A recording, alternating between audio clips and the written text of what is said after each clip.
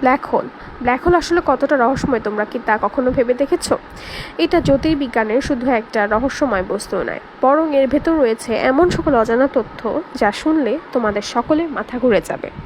2003 সালে নাসা একটা black hole থেকে শব্দের কম্পন ধরতে পেরেছিল, একটা বি ফ্ল্যাট নোট, যেটা আমাদের শোনার সীমার 57 অক্টেভ নিচে।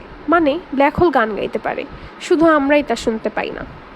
কিছু ব্ল্যাক হোল এত দ্রুত ঘোরে যে তার আশেপাশের স্থান ও সময়কেও টেনে নিয়ে যায়। এটাকে বলে ফ্রেম ড্র্যাগিং, বাস্তবের সায়েন্স ফিকশন।